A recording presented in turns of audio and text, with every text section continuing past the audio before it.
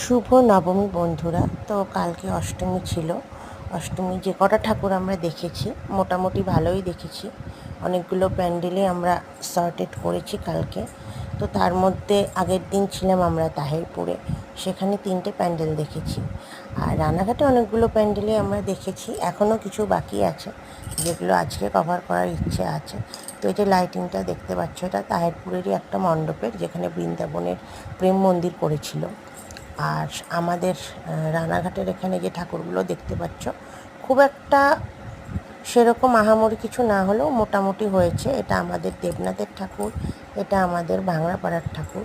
তো প্রত্যেকটা ঠাকুরই ভীষণ সুন্দর। আর মা তো সবসময় সুন্দরই হয়, তাকে যেভাবেই সাজানো হোক না কেন, মায়ের রূপের কখনো কোনো তুলনা চলেই না।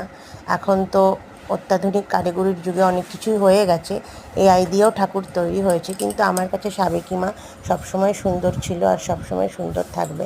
তো তোমরা কারা কারা কীভাবে কেমনভাবে ঠাকুর দেখলে অবশ্যই কমেন্টে জানিও।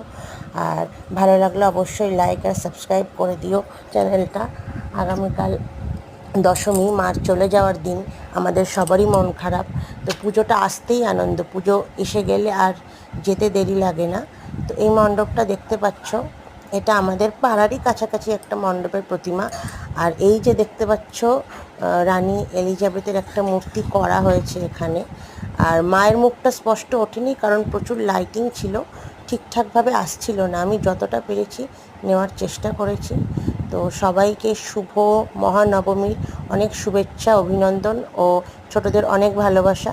তো কেমন লাগলো আজকের ছোট্ট ব্লগটা অবশ্যই জানিও। বাই।